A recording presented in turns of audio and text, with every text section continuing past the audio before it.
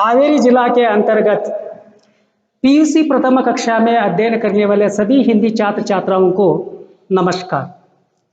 प्यारे छात्रों, मैं मेरा पाठ को आरंभ करने से पहले मैं आपको एक सूचना देना चाहता हूं।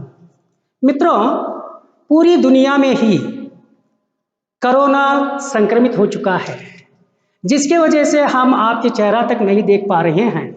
लेकिन हमारे हावेरी जिला के अंतर्गत दो हमारे बुजुर्ग अधिकारियों ने इस व्यवस्था की है और इस व्यवस्था में भाग लेकर आपकी सेवा करने में मुझे बहुत खुशी हो रही है। मैं मेरा पाठ आरंभ करने से पहले मैं आपको एक अच्छी सूचना देना चाहता हूं कि परीक्षा की दृष्टि से आपको सिलेबस जो है कम कर दिया गया है, कट कर दिया गया है। तो कौन कौन सा पाठ है, गद्य में, पद्य में और कहानियों में कौन कौन से गद्य आ जाते हैं, उसके बारे में और उन सभी चीज़ों के बारे में, अंशों के बारे में मैं आपके सम्मुख प्रस्तुत करता हूं। ध्यान से सुनिए।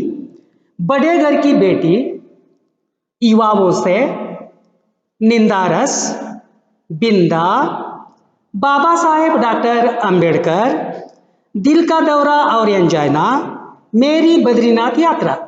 ध्यान से आप रख लीजिएगा, ध्यान में रख लीजिएगा।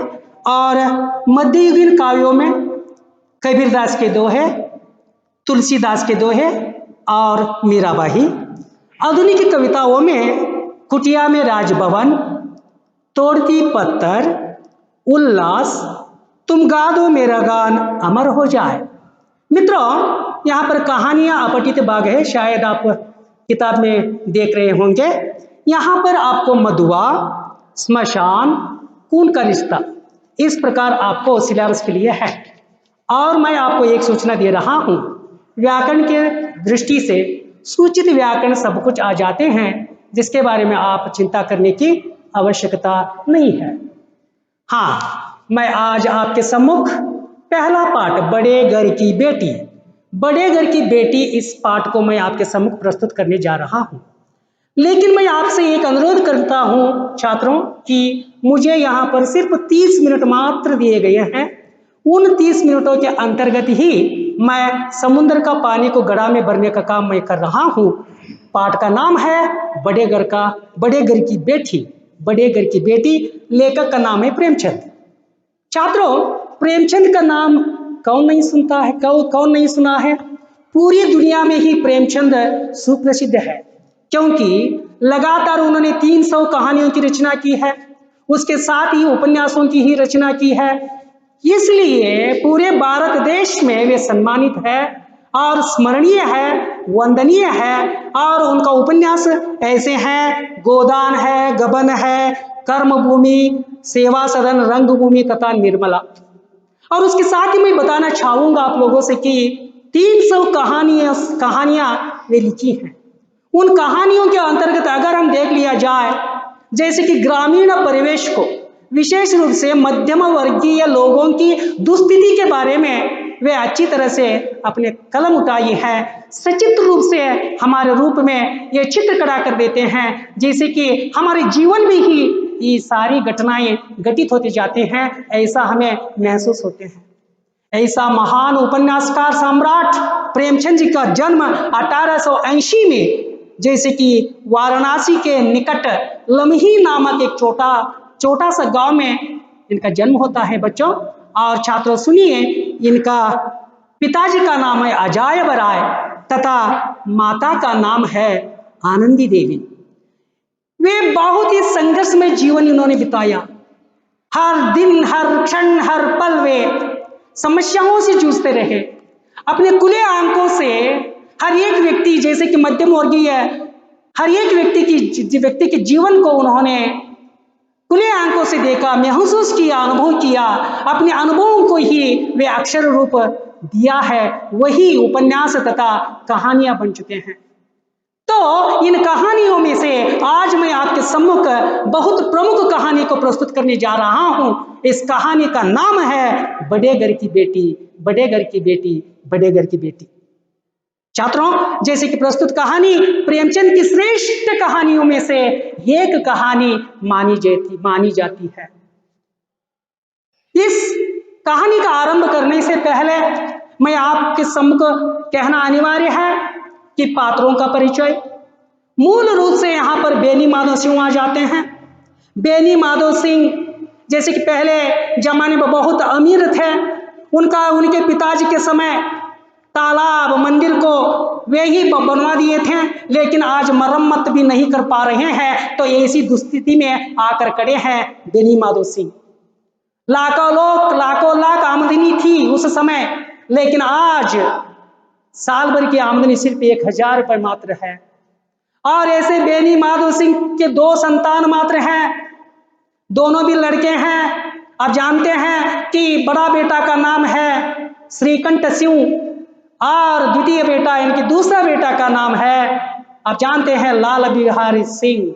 लाल बिहारी सिंह पहले जमाना था जब उनके घर के सामने हाथी खड़ा था, जुमथा था, लेकिन आज उनके घर के सामने एक भैंस खड़ी है। देखने में भैंस की रीढ़ की हड्डी दिखाई देती है, अस्थि पंजर मात्र शेष है, लेकिन वह भैंस जो है हर दिन इतनी दूध देती है कि जो कतार में खड़े हो जाते हैं हांडी लेकर आमतौर पर लोग, जैसे कि बहुत दूध दिया करती थी वह भैंस। तो मैं बताना चाहूंगा मित्रों, बेनी माधव सिंह का संतान के बारे में मैंने परिचय किया आपको। और एक बहुत प्रमुख पात्र आ जाती है, स्त्री का पात्र जो है आनंदी। आनंदी बड़े घर की बेटी है, पहले मैं आपको साबित कर चुका हूं। और उनके पिताजी का नाम है भूप सिंह। वे थे छोटे से रियासत के एक तालुकेदार थे। और आगे वो कहानी आ जाती है, मैं आपको प्रस्तुत करने चाहता हूं क्योंकि मेरे लिए समय बहुत है। मित्रों, छात्रों, यहाँ मैं आरंभ करने जा रहा हूं कि यहाँ पर पढ़ने के लिए भी मुझे मौका नहीं है, सिर्फ मैं आपको सारांश बताता हूं। ये मेरे लिए अनिवार्य है, ये मेरे लिए अनिवार्य है। गौरीपुर नामक जमींदार थे बेनी माधव सिंह, नंबरदार भी थे, जमींदार भी थे। जैसे कि उनके पिताजी के समय में बड़े धनधान्य संपन्न थे, गांव का पक्का तालाब और मंदिर जिनके आप मरम्मत भी नहीं कर पा रहे हैं। और जो है इनका बड़ा बेटा का नाम है, मैंने कहा, श्रीकंठ सिंह। वो बीए डिग्री पास की थी, बहुत ही संघर्ष करते हुए अपने पूरे ध्यान को बीए डिग्री के अध्ययन में लगा दिया था, इसलिए दुबला पतला लग रहा था, आंखों की शक्ति क्षीण हो गई थी। उनके आंखों को देखने के बाद ही हमें पता चल जाता था कि यहाँ पर श्रीकंठ अपने अध्ययन में कृश होता चला जा रहा था। उनके ये एक ही भाई, छोटा भाई, जिसका नाम है लाल बिहारी सिंह, हर दिन सुबह सुबह, याद रख लीजिएगा, हर दिन सुबह सुबह है 2 सेर दूध पी लेते, उठ कर पी लेते था। चौड़ी छाती, सजीला नेत्र वाले, बड़ा हुआ मुखड़ा, बहुत ही हृष्टपुष्ट था लाल बिहारी, क्योंकि लाल बिहारी के लिए किसी तरह की चिंता की बात ही नहीं थी, आराम से अपने समय गवाता था। लेकिन सारी जिम्मेदारियों को उठाकर यहाँ पर, जैसे कि श्रीकंठ सिंह बीए डिग्री जो पास की थी, तो उस समय की बात मैं कह रहा हूं, जैसे कि एक शहर में सरकारी दफ्तर में वो नौकरी प्राप्त कर ली, इसलिए वे हर दिन नौकरियों के लिए जाना अनिवार्य था और नौकरी से शनिचर दिन आया करता था। श्रीकंठ सिंह विशेष रूप से आयुर्वेदिक औषधि के दवा के बारे में ध्यान से पढ़ता था और उसकी रुचि थी, तो इसलिए हमेशा के लिए उसके कमरे से करल की ध्वनि सुनाई दिया करती थी। और जैसे कि वो अंग्रेजी पढ़ा था, अंग्रेजी पढ़ने के बावजूद भी अंग्रेजियों की प्रथा से वो विरोध था, इसलिए सारे गांव की जनता जो है उसे बहुत प्यार किया करते थे, उसका आदर किया करते थे, क्योंकि जैसे कि वो भारतवासी और देशवासी के बारे में बहुत ही लगन के साथ बातें किया करता था। गौरीपुर में जो है रामलीला की स्थापना इन्हीं के कारण हुई और उस रामलीला में जैसे कि वह खुद पात्र लिया करता था। कहने का तात्पर्य यह है, जैसे कि भारतीय संस्कृति को, भारतीय विशेषताओं को बनाए रखने की खुशी जो है और बनाए रखने की इच्छा जो है श्रीकंठ सिंह के पास थी, तो इसलिए गांव की जनता उसे बहुत मानते थे और उससे बहुत स्वागत करते थे। और जो है जैसे कि मिलजुल कर जीना वो बहुत चाहते थे। सम्मिलित कुटुंब की उपासक थे, सम्मिलित कुटुंब के उपासक थे। अगर गांव में उनके दोस्त या मित्र जब शादी हो जाने के बाद अलग जीवन बसाने की कोशिश की होती तो उन लोगों को वे डांटते थे, इसलिए उनकी पत्नियां, इनकी पूरे गांव की स्त्रियां उनको विरोध करते थे, क्योंकि उनको देखकर उनके पेट में जलन हुआ करती थी, तो फिर भी वो, जैसे कि मैं बताना चाहता हूं कि श्रीकंठ सिंह सम्मिलित कुटुंब का उपासक थे। तो अब तक मैंने श्रीकंठ का परिचय मैंने आपको कराया। छात्रों, समय बहुत कम है। अब आते हैं प्रमुख पात्र, स्त्री पात्र है आनंदी। आनंदी बड़े घर की बेटी है, इस कहानी की नायिका है। मित्रों, जैसे कि भूप सिंह तालुक्यदार थे, उस जमाने की बात मैं बता रहा हूं। जैसे कि एक छोटी रियासत के तालुक्यदार होने के नाते बहुत बड़ा भवन था, उनका मकान था, हाथी और घोड़े, 3 कुत्ते, जो भी इस भवन में चीजें रहनी चाहिए था, सब संपन्न जो है सब चीजें वहां पर थे। विशाल भवन और शिकरे पानुस ऑनरेरी मैजिस्ट्रेट के ऋण प्रतिष्ठित तालुकेदार होने के नाते उनके घर में सब कुछ संपन्न घर था, तो सब कुछ वहां पर व्यवस्था थी। भूप सिंह के लिए 7 बेटियां थी। भूप सिंह के लिए 7 बेटियां थी, उनमें से चौथी बेटी है हमारी हीरोइन नायिका, कौन? आनंदी। उनसे ही बड़ी बेटियों यानी कि उनकी बहनों की शादी की गई थी। कर्ज ऊपर था भूप सिंह को, क्योंकि मर्यादा का प्रश्न था, जिस the question of the Prestige. ಯಾಕಂದ್ರೆ ಮಕ್ಕಳು ಅಂದ್ರೆ 7 ಮಕ್ಕಳು, ಆ 7 ಮಕ್ಕಳನ್ನು ಸಾಕಿ ಸಲುಹಬೇಕಾಗಿತ್ತು। ಶ್ರೀಕಂಠ ಬಹಳ ಒಳ್ಳೆಯವನಿದ್ದ ಅಂತಕ್ಕಂಥದ್ದನ್ನ ಮೊದಲು ಹೇಳಿದೆ। ಇವೆಲ್ಲವನ್ನೂ ಹೇಳುವುದರ ಜೊತೆಗೆ ಆತ್ಮೀಯ ನನ್ನ ವಿದ್ಯಾರ್ಥಿ ಮಿತ್ರರೇ, 7 ಮಕ್ಕಳಲ್ಲಿ 7 ಹೆಣ್ಣು ಮಕ್ಕಳಿದ್ದು ಭೂಪ್ ಸಿಂಗಿಗೆ। दुरदृष्टवशात 7 बेटियां थी, उन बेटियों में से चौथी बेटी थी कौन? नायिका आनंदी। बहुत ही गुणवती, रूपवती थी। जैसे कि मैं यहां पर बताना चाहता हूं, आ हुಡುಗಿ ಬಾಳ ಚಂದ ಇದ್ಲು। ಆಕೆ ಹೆಂಗಿದ್ಲು ಅಂದ್ರೆ ಆಕೆ ಹಂಗ ಇದ್ಲು, ಬಾಳ ಸುಂದರವಾಗಿದ್ಲು। ವಿಶೇಷವಾಗಿ ಸುಂದರವಾದ ಮಕ್ಕಳನ್ನ ತಂದೆ ತಾಯಿಯಂದ್ರು ಬಾಳ ಇಷ್ಟಪಡ್ತಾರೆ ಬಂಧುಗಳ। तो वह बहुत ही सुंदर थी, गुणवती थी, इसलिए उनके माता पिता बहुत ही प्यार करते थे। तो और एक प्रश्न आ गया है, समस्या आकर खड़ी है, शायद आप जानते होंगे, क्योंकि उम्र तक वो प्रौढ़ावस्था में थी, कौन? आनंदी। इसलिए आनंदी की शादी करने की जैसे कि समस्या या विशेष रूप से यहाँ पर आनंदी की शादी करनी थी भूप सिंह को, लेकिन क्या करें, 3 बेटियों की शादी कर चुकी थी वे, और कर्ज सिर पर पड़ा हुआ था। लेकिन कर्ज के बारे में बेटी के सम्मुख कहने की आवश्यकता न थी, क्योंकि बेटी बहुत ही बोले वाली थी। तो इसलिए वे बहुत चिंतित हो गए थे, बाಳ ಚಿಂತೆ ಮಾಡಿದ್ರು ಪಾಪ, ಬಾಳ ಚಿಂತೆ ಮಾಡಿದ ಭೂಪ್ ಸಿಂಗ್। ಯಾಕಂತಂದ್ರೆ ಮರ್ಯಾದೆ ಪ್ರಶ್ನೆ, ಹೆಣ್ಣು ಹೆತ್ತವರಿಗೆ ಗೊತ್ತು, ಹೆಣ್ಣು ಸಂಸಾರದ ಕಣ್ಣೆ ಹೊರತು ಹುಣ್ಣಲ್ಲ ವಿದ್ಯಾರ್ಥಿಗಳೇ।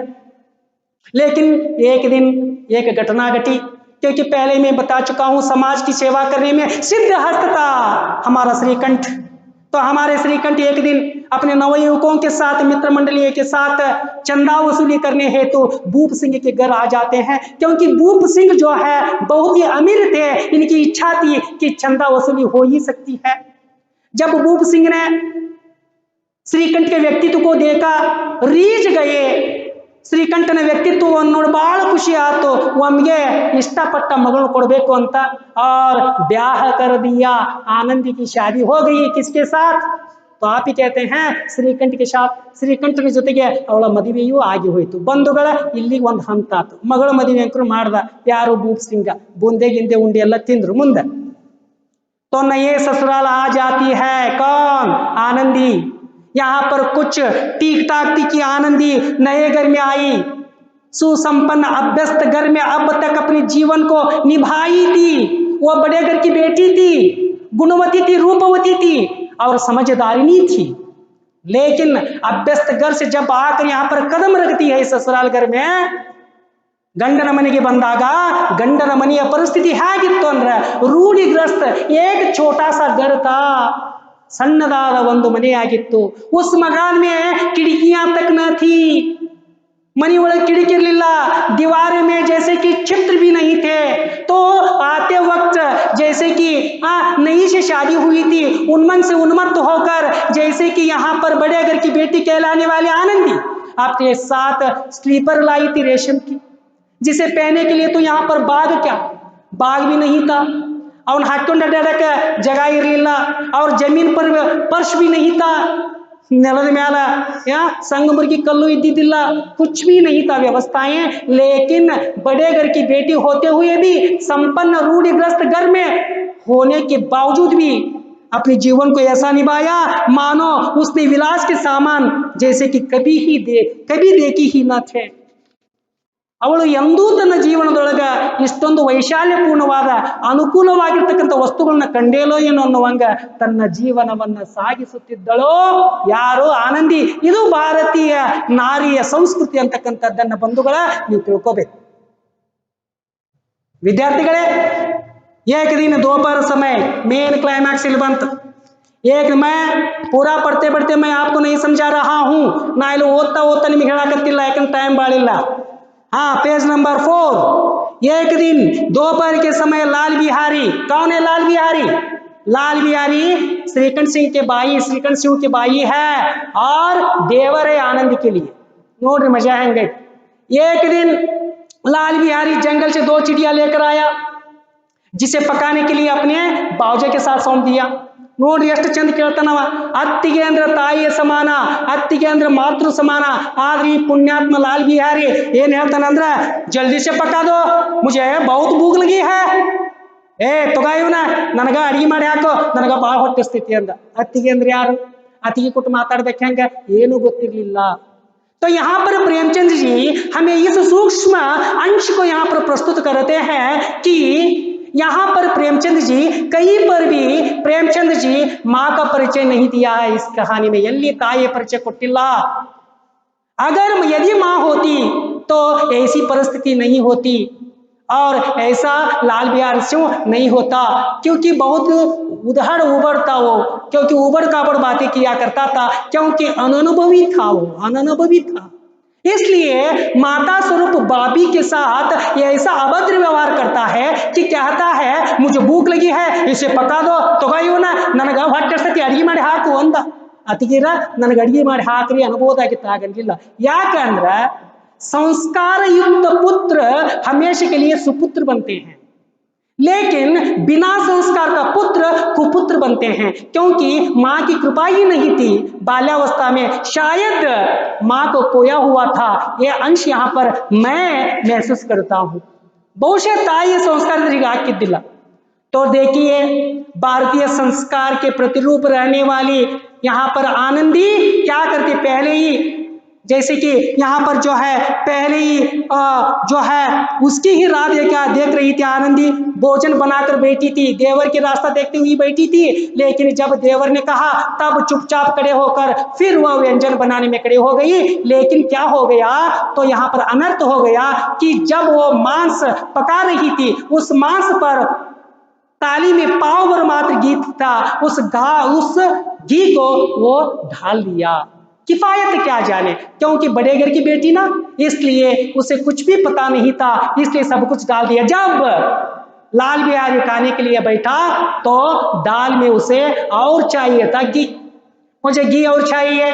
तब आनंदी कहती है इल्ला आज होगी तो तुप्पा, क्यों परसों ही लाए थे, सब उठ गया, मन्ने रतन दित्तल आज होता ना अंदा। इल्ला तो वो पाव भर मात्र था जिसे मैंने मांस में डाल दिया, ना ಅದನ್ನ ಹಾಕಿ ಬಿಟ್ಟೆ। हाँ ಅದನ್ನ ಯಾಕೆ ಹಾಕಿದ್ರಿ? तो इसलिए सब कुछ बताया, गालियां दी लाल बिहारी ने, वो सहन कर सकी। लेकिन अंतिम तक उन्मत्त लाल बिहारी ने अपने नियंत्रण को खो बैठा और उसने कहा कि आनंदी की मायके की निंदा की। कैसे की? देखिए यहाँ पर मायके में तो चाहे घी की नदी बहती हो, ನಿನ್ನ ತವರು ಮನೆಯಾಗ ಹೊಳಿ ಹರಿತಿದ್ದು ತುಪ್ಪದ್ದು ಅಂದ ಬಟ್ಟ ನಿನಗೆ ಹೇಳ್ತಾನೆ, ಆನಂದಿ ತನಾಂದ ತಟಕಿತ ತೋಮಂದ देवी ಆಗಿಬಿಟ್ಲಕ್ಕೆ। अब तक वो सहन कर पाई थी, लेकिन इस शब्द को सुनते ही वो महाकाली बन गई। वो कह उड़ती है मेरी मायके में ऐसी इतनी घी को नाई और कहार खा लेते हैं, तो मेरी मायके की निंदा करने से सावधान रहो। ऐसे करने से जैसे कि लाल बिहारी उन्मत्त लाल बिहारी अपने आप को नियंत्रण नहीं कर सका और गालियां देने लगा। बाद में आनंद कहती है वे होते तो ನಮ್ಮ ಮನ್ಯಾಗ ಇವ್ರು ಇದ್ದಿದ್ರ ನೋಡಿ ಎಷ್ಟು ಚಂದ ಬರ್ತಾರೆ प्रेमचंद ನಮ್ಮ ಮನ್ಯಾಗ ಅವ್ರು ಇದ್ದಿದ್ರ ಅಂದ್ರೆ ಗಂಡ ಇದ್ದಿದ್ರ हाँ उसे भी देख लेता हूँ और तुम्हें भी देख लेता हूँ चाहे तो मैं तुम्हारा जीव खींच लेता हूँ अंदा ನಿನ್ನ ನ್ಯಾಲಿಗೆನೇ ಹಿಡಿತೀನಿ ನಾನು ಅಂದವ ಇಷ್ಟೇ ಅನ್ಲಿಲ್ಲ ಏನ್ ಮಾಡ್ದ ಅಂದ್ರೆ एक अभद्र व्यवहार कर दिया कि अपने लकड़ी से बनी हुई कड़ाऊ लेकर जैसे कि आनंदी पर फेंक देता है आनंदी अपने हाथ अपने मुख के सामने ले आई तो चोट उंगली पर लग गई यदि अपने हाथ नहीं लाई होती तो उसके चेहरे चेहरा गांव में भरा हुआ होता तो इसलिए आनंदी क्रोधित होकर अपमानित होकर अपने कमरे में जाकर बैठ जाती है अपनी घाव को अपनी दुखों को अपने दिल में दबे बैठी हुई रहती है अपने आप में सोचती है कि मेरी परिस्थिति क्या हो गई ಅಯ್ಯೋ ನ ದೇವರ ನಾ ಎಂತ ಪರಿಸ್ಥಿತಿ ಒಳಗೆ ಬಂದ್ಬಿಟ್ಟೆ ಅಂತ ತಿಳ್ಕೊಂಡು ಗಳಗಳ ಗಳಗಳ ಹತ್ತು ಪಾಪ ಯಾರೋ आनंदी वह रास्ता देख रही थी किसकी रास्ता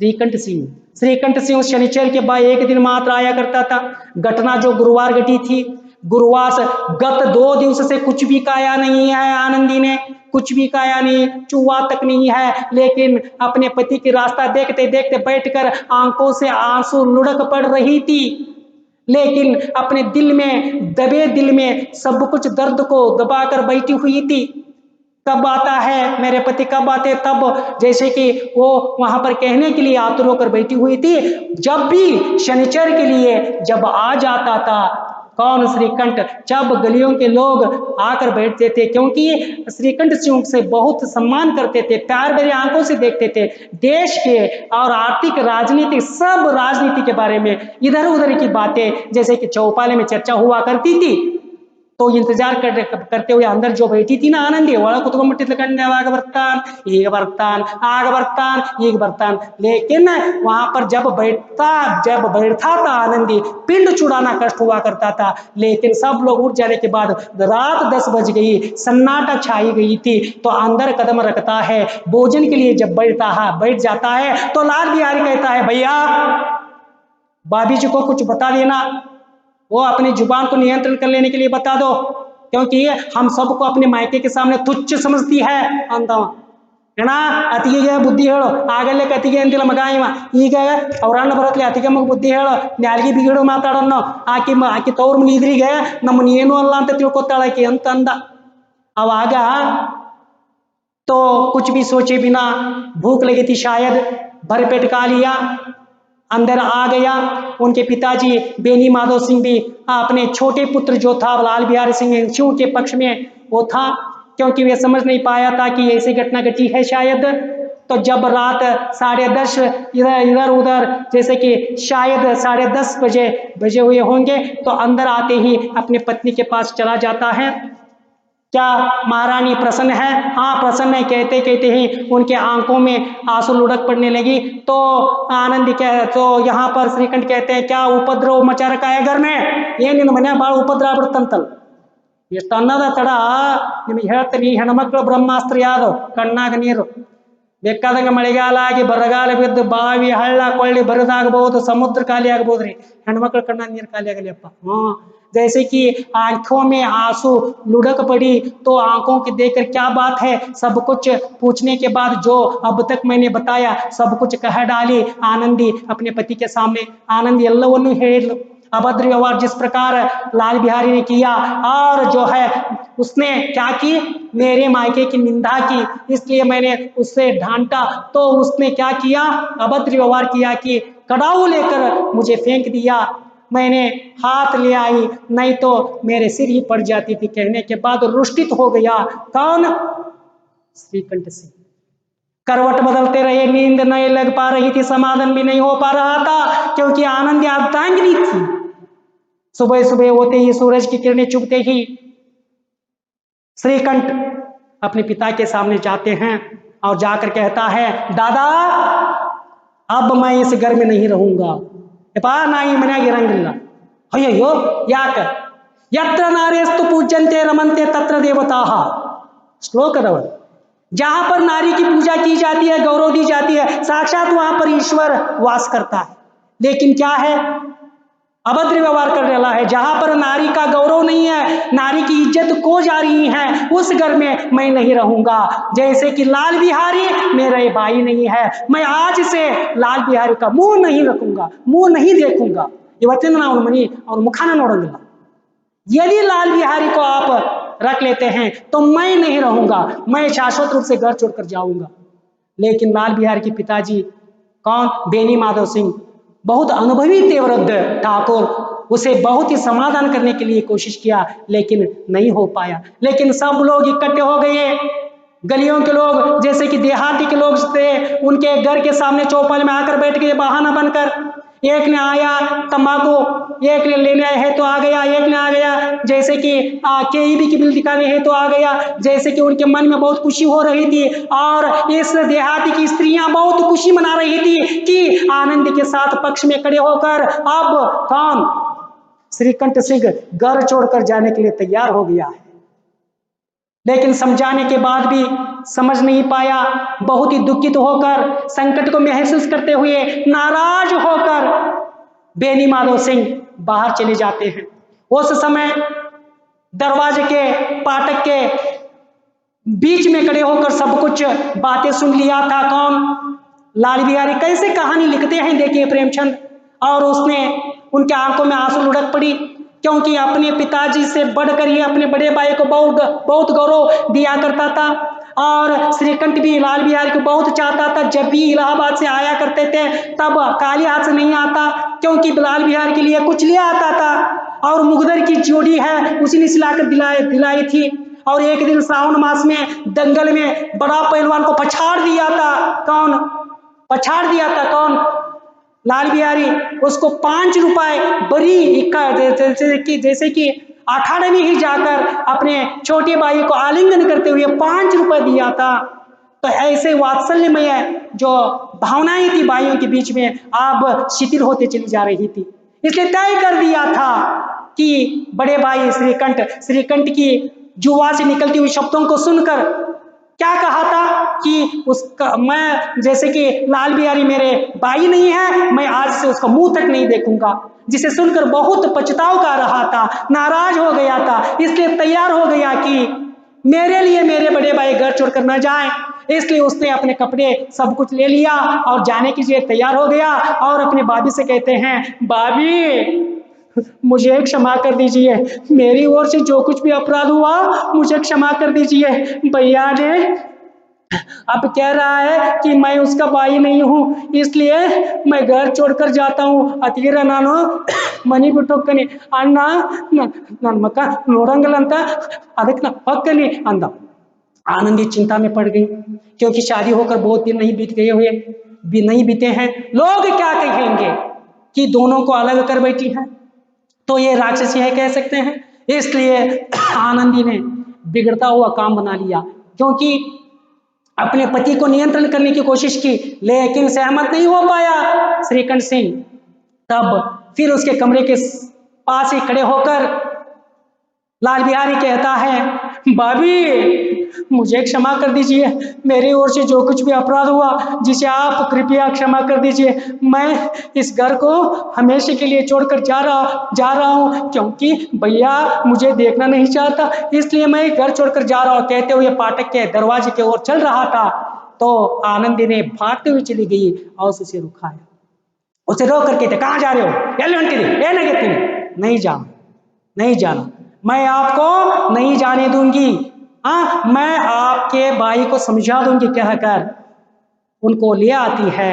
जैसे कि उस समय बड़ा बेटा जो था श्रीकंठ सिंह का हृदय पिघल जाता है, क्योंकि बहुत चाहता था अपने छोटे भाई लाल बिहारी को, और आकर आलिंगन कर लेता है, लल्लू लल्लू लल्लू, एक क्षण फिर दोबारा न आ जाए कहते हुए दोनों आलिंगन करते हैं, पुट पुट कर रोने लगते हैं। उन दोनों के आंखों में आंसू लुढ़क पड़ते हैं। उस समय जब दोनों आलिंगन में थे तब बेनी माधव सिंह आ जाते हैं। उस दृश्य को देखकर बहुत खुशी होती है, बहुत खुशी होती है। वृद्ध ठाकुर बेनी माधव सिंह को वे अपने मन में कहता है, कह लेते हैं कि बड़े घर की बेटी ऐसी ही होती है, बड़े घर की बेटी ऐसी होती है जैसे कि वो बिगड़ा हुआ काम बना लेते हैं, जैसे कि उच्च कुल की आदर्श महिलाएं कष्ट सहकर अपमानित होकर भी मर्यादा नष्ट नहीं होने देती। तो इसलिए इस कहानी का संदेश यही है, पारिवारिक सदस्यों के आपसी संबंधों के महत्व को उजागर करने के उद्देश्य से प्रस्तुत पाठ का चयन किया गया है। तो इसलिए बड़े घर की बेटी कहलाने वाली जो नारी आनंदी भारतीय संस्कृति की नारी है। आपको बहुत बहुत धन्यवाद।